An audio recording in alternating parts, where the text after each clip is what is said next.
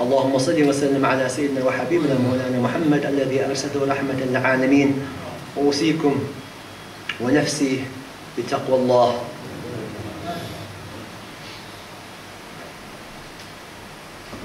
Alhamdulillah, in the past few days we have heard once again how the faith of Islam has been put into disrepute. Once again, we have heard how some of our brethren, may Allah guide them and us to the right way, have caused misconceptions about our faith. And there's been intense media coverage of what some of our brothers, and they are our brothers, have done. And this khutbah is going to clarify, first to ourselves, certain things, and then to the wider community, and then to the wider community beyond. What's happening around the Muslim world, and this is where we have to start here. No Muslim can be happy with seeing the Palestinians in a situation. In fact, no person who has any ounce of humanity can be happy with what's happening in Palestine. No person who has any ounce of humanity, Muslim or non-Muslim, can be happy with what's happening in Iraq, and what's happening in Afghanistan, and what's happening in Egypt, and what's happening in Nigeria, and what's happened in Bosnia, and what's happened in Kosovo, and the list goes on and on and on. Every week we make a prayer for our brothers. And we mentioned, and a lot, this khutbah, for those who come here regularly, there's nothing new what I'm saying. We've mentioned this in many khutbahs before, many sermons before. Everything I'm going to mention today is nothing new.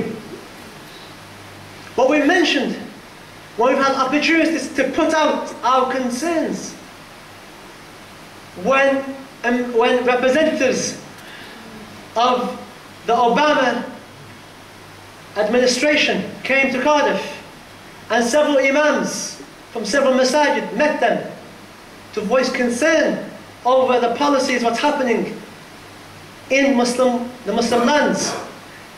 And mashallah, despite our differences with the rest of the imams in certain things, we all stood united in the fact that we are against what's happening in Muslim lands, what has been happening for decades. And this masjid in particular spoke out against the aggression against the Palestinians. Specifically this masjid spoke out against the aggression against the Palestinians that's been happening for some 60-some years. And this masjid spoke out against the drone attacks in Yemen. And other masajid spoke about what's happened in Iraq, and what's happened in Egypt, and other countries. So we speak, and some of you don't know what we do.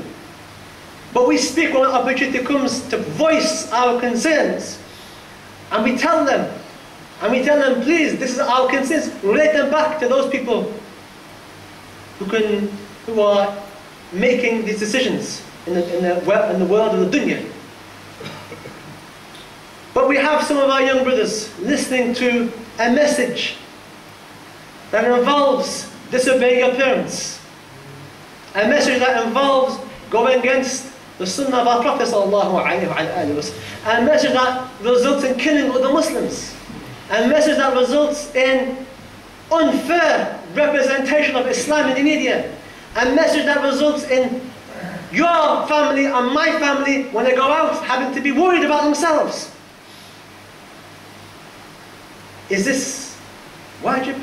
Look at the problems that have come out because of a video that a few of our brothers, may Allah guide them, have put out, and they've been misguided. What kind of a Shaykh will encourage young boys to disobey his parents? The Prophet sallallahu alaihi wasallam in the hadith sahih has said, Jannah is underneath the feet of your mother, not the feet of your Shaykh. So how come this Shaykh now is telling these people, the Shaykh in the video, the Shaykh that these boys mentioned, they have a Shaykh that he's in Iraq and he's guiding them to do whatever they're doing. How can the Shaykh in Iraq now tell you to disobey your parents?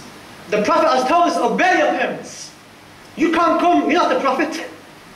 Allah in the Quran has joined obedience to parents and obedience to Him in one verse. Many verses Allah has spoken about this. So how can somebody come and say, no, forget this, listen to me, let's go and fight jihad? And what kind of jihad is this? You're fighting against Muslims. And when you go there, it's chaos. And most of the time it's politics, or over land, or over some other tribal issue. So we have to be careful about this education that's going out. But when we look to this masjid, the Southwest Islamic Center, or the Zawiyah Alawiyya Islamiyya, as it used to be called, and you look at the likes of Al-Hakimi, who built the first masjid, when you look at Al-Udaini, and what he did, and then you look at Sayyid Hashim, and you look at Shaykh Sa'id, the links, the beautiful things they did in this community. When they used to ask the elders in this community, on Eid they used to march in the streets, Muslim and non-Muslim, before this world, before the word cohesion, like some people like to use community cohesion. The people of this community, the Yemenis and the Somalis and the Bangladesh and everybody else, would march in the streets here. As early as 1940. 1940 they had community cohesion, before the word was even brought into the vocab. Because this is the way of Islam. And on Eid they would feed the poor.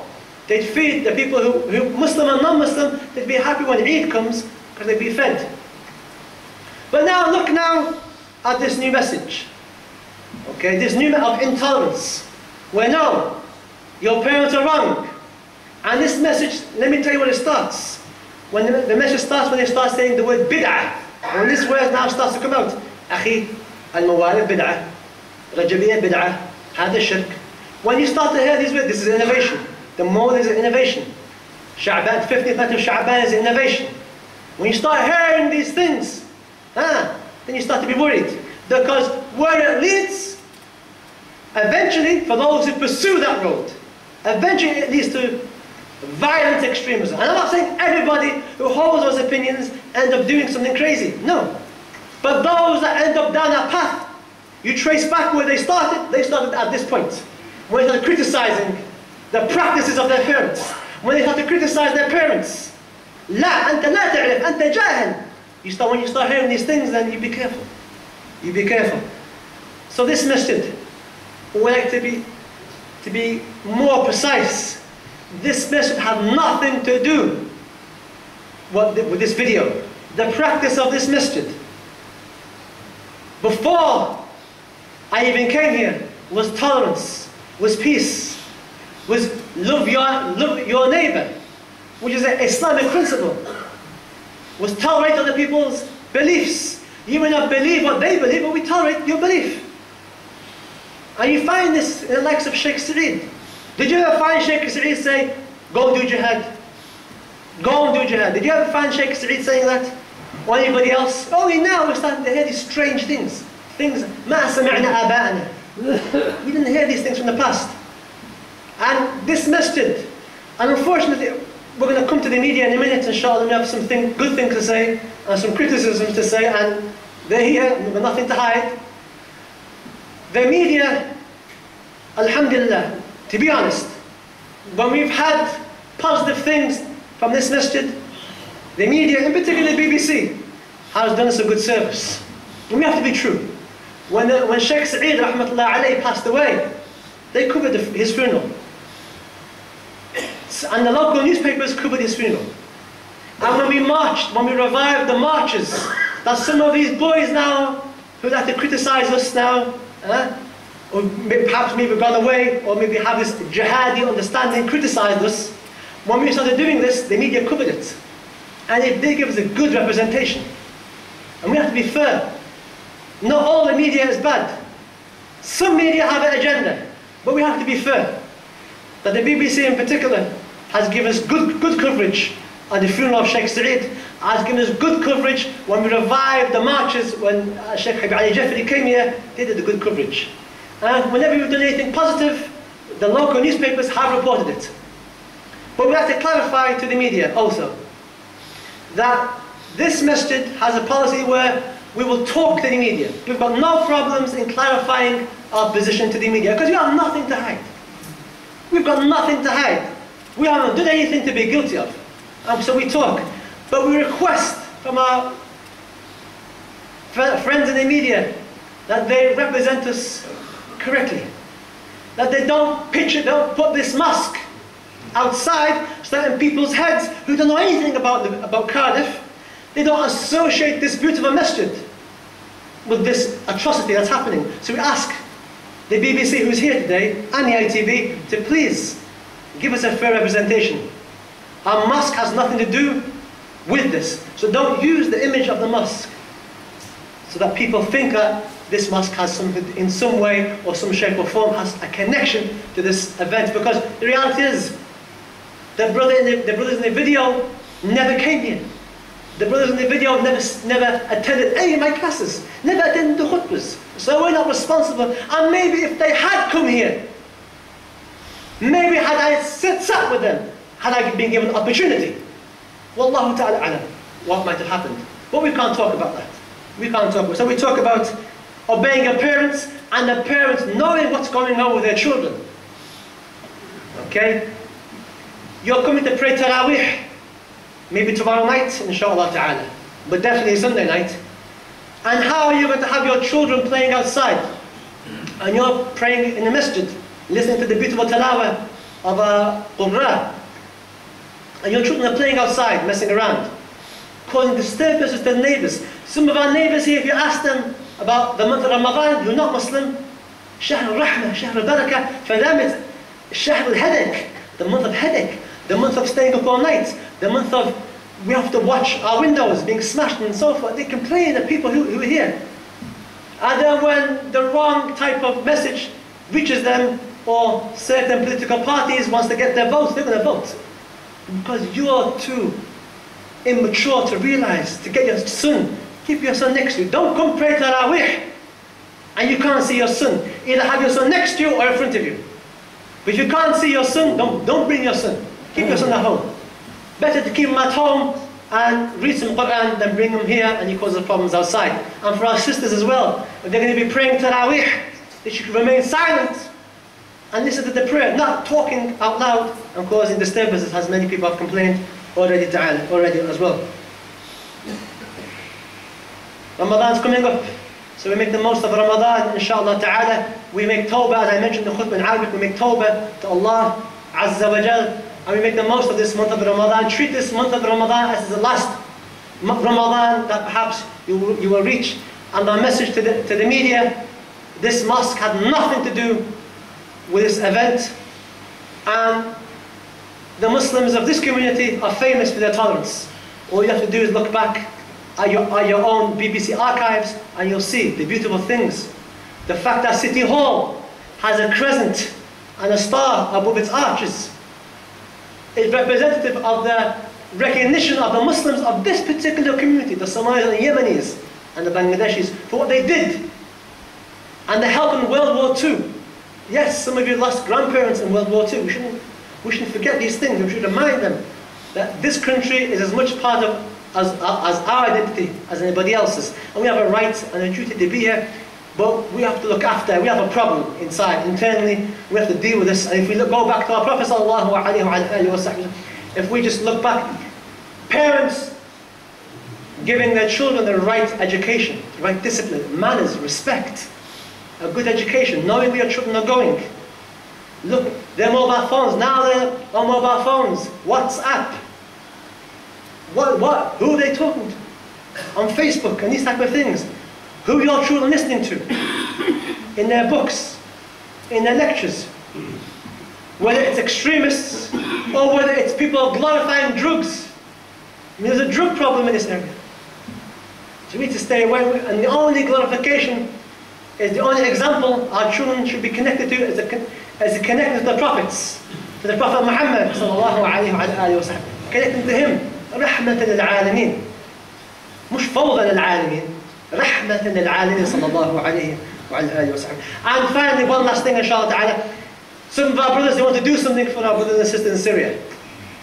Okay, a hadith. There's a hadith in which the Prophet sallallahu alaihi wa alihi wasallam, a man came to the Prophet and said, Ya Rasulullah, what is the best a'mal, best actions I can do? And the Prophet sallallahu alaihi wa alihi wasallam said, as-salatu ala waqtiha, prayer on time. And then the person said, thumma ya Rasulullah, then what's next, Ya Rasulullah? And the Prophet said, ta'at al-walidain, prayer on time. Number 2, ta'at al-walidain. And then the Sahaba said, thumma ya Rasulullah, then what after this? O Messenger of Allah, what's next after this? What's the next best thing? After prayer on time and obeying your parents? Then the Prophet said, Jihad fi sabilillah, struggling in the way of Allah. But look at the priority. Salah on time, Fajr on time, obeying your parents, and then struggling in the way of Allah correctly. Struggling in the way of Allah correctly. Not this political crisis, this mess that people are trying to do right now. So if you want to help your brothers and sisters in Syria, because this is how they enter into the hearts of these young boys, your brothers and sisters in Syria are dying. Your brothers and sisters, if this is your brother, if this is your sister, what kind of Muslim are you? Living in England, relaxing. Help your brothers. Pick up arms and go and help them. That's what they're telling them. What we tell them, what about the thousands of refugees? What about the mother who has no nutritious milk in her breast for her child? What happens to the widow? What happens to the orphan? Who's going to look after these people?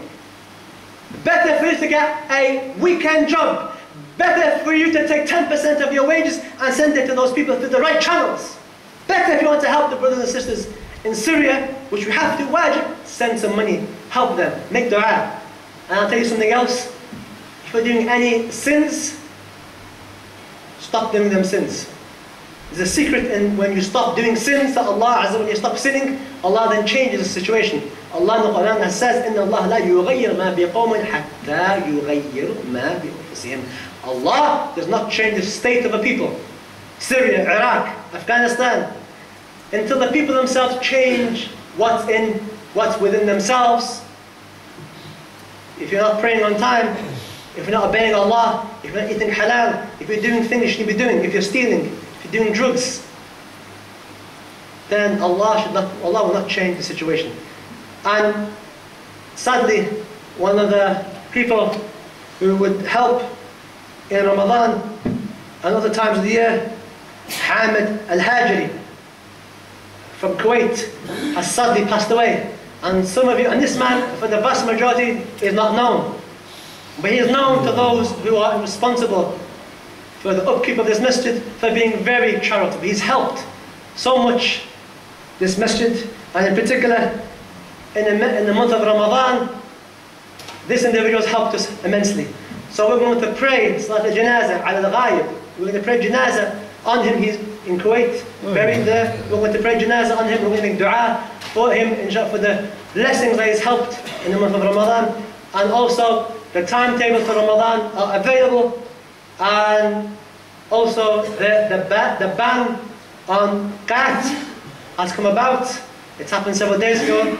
And Gary Evans here, our friend who works in the police force, who many of you always see once a month on a Friday, is here to answer any questions. There's some leaflets to be handed out. But finally, if your children are not coming to the right places for education, then don't blame anybody but yourselves if they end up doing something wrong. We have classes here. I teach every night. And if your children aren't coming to benefit from this masjid, then you can't expect this masjid to come and help at the end, in the immediate. عباد الله اعلموا أنه لا أفعل الإنسان في هذا الزمان ثلاث خصائص